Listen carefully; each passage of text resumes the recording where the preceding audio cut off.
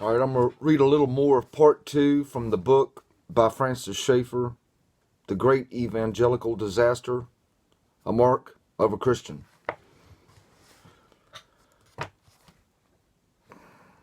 If we look again at the command in John 13, we will notice some important things. First of all, this is a command to have a special love to all true Christians, all born-again Christians. From the scriptural viewpoint, not all who call themselves Christians are Christians. And that is especially true in our generation. The meaning of the word Christian has been reduced to practically nothing. And boy, has it not today. Surely there is no word that has been so devalued unless it is the word God itself.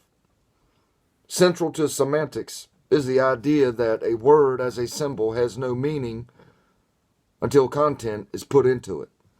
This is quite correct, because the word Christian as a symbol has been made to mean so little. It has become to mean everything and nothing. Jesus, however, is talking about loving all true Christians. And this is a command that has two cutting edges, for it means that we must both distinguish true Christians from all pretenders and be sure that we leave no true Christians outside of our consideration. In other words, mere humanists and liberal theologians who continue to use the Christian label, or mere church members whose Christian designation is only a formality, are not to be accounted true. But we must be careful of the opposite error. We must include everyone who stands in the historic biblical faith, whether or not he is a member of our own party or our own group. But even if a man is not among the true Christians, we still have the responsibility to love him as our neighbor. So we cannot say, now here's somebody that, as far as I can tell, does not stand among the group of true Christians, and therefore I don't have to think of him anymore. I can just slew him off. Not at all. He is covered by the second commandment. The second thing to notice in these verses in John 13 is the quality of the love that is to be our standard. We are to love all Christians as I, Jesus says, have loved you. Now think of both the quality and the quantity of Jesus' love towards us. Of course, he is infinite and we are finite. He is God. We are men. Since he is infinite, our love can never be like his. It can never be an infinite love. Nevertheless, the love he exhibited then and exhibits now is to be our standard. We dare have no lesser standard. We are to love all true Christians as Christ has loved us. Now immediately, when we say this, either of two things can happen. We can just say, I see, and we can make a little flag and write on it, we love all Christians. You can see us trudging along with little flags, all rolled up. We love all Christians. And at the appropriate moment, we take off all the rubber bands, unzip the cover, and put it up. We wave it as we carry it along. We love all Christians. That's ridiculous. It can be either this exceedingly ugly thing, as ugly as anything any more could imagine, or it can be something as profound as anyone could imagine. And if it is to be the latter, it will take a great deal of time, a great deal of conscious talking and writing about it, a great deal of thinking and praying about it on the part of the Bible-believing Christian. The church is to be a loving church in a dying culture. How, then, is the dying culture going to consider us? Jesus says, by this shall all men know that ye are my disciples, if ye have love one to another. In the midst of the world, in the midst of our present dying culture, Jesus is giving a right to the world. Upon his authority, he gives the world the right to judge whether you and I are born-again Christians on the basis of our observable love towards all Christians. That's pretty frightening. Jesus turns to the world and says, I have something to say to you. On the basis of my authority, I give you a right. You may judge whether or not an individual is a Christian on the basis of the love he shows to all Christians.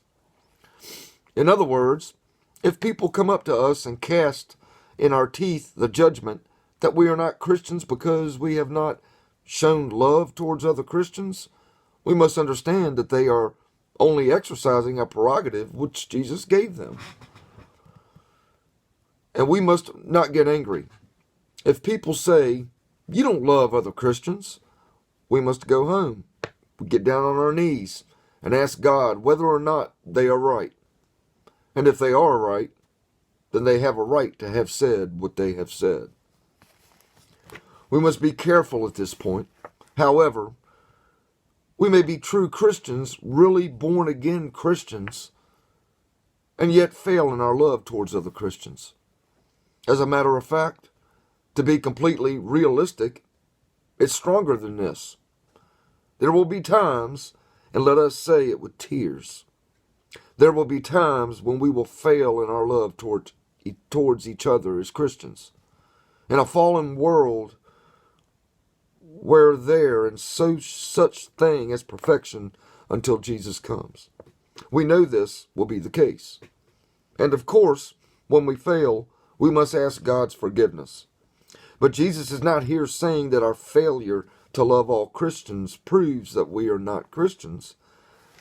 Let each of us see this individually for ourselves. If I fail in my love towards Christians, it does not prove I am not a Christian. What Jesus is saying, however, is that if you do not have the love I should have towards all other Christians, the world has the right to make the judgment that I am not a Christian. This distinction is imperative. If we fail in our love towards all Christians, we must not tear our heart out as though it were proof that we are lost.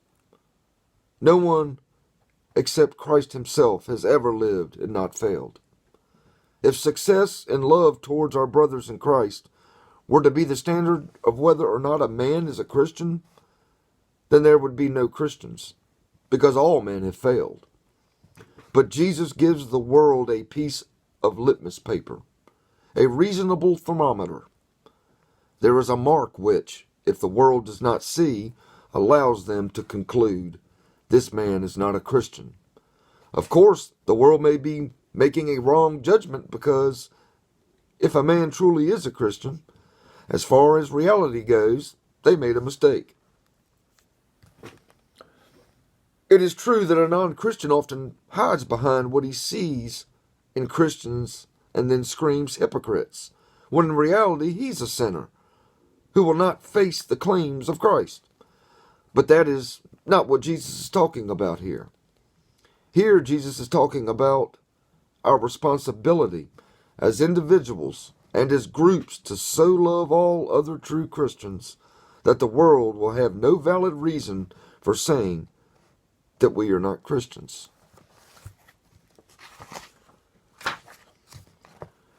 But there is something even more sober, and to understand it we must look at John 17:21, a verse out of the midst of Christ's high priestly prayer. Jesus prays that they all may be one, as thou, Father, art in me, and I in thee, that they also may be one in us, that the world may believe that thou hast sent me.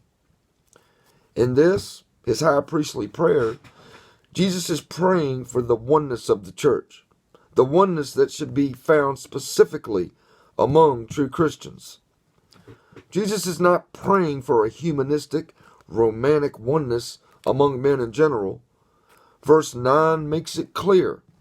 I pray not for the world, but for them which thou hast given me, for they are thine. Jesus here makes a very careful distinction between those who have cast themselves upon him in faith and those who still stand in rebellion. Hence, in the 21st verse, when he prays for oneness, the they he is referring to are the true Christians. Notice, however, that verse 21 says, that they all may be one. The emphasis, interestingly enough, is exactly the same as John 13. Not on a part of true Christians, but on all Christians. Not that those in certain parties in the church should be one, but that all born-again Christians should be one. I'll read more again on this till next time.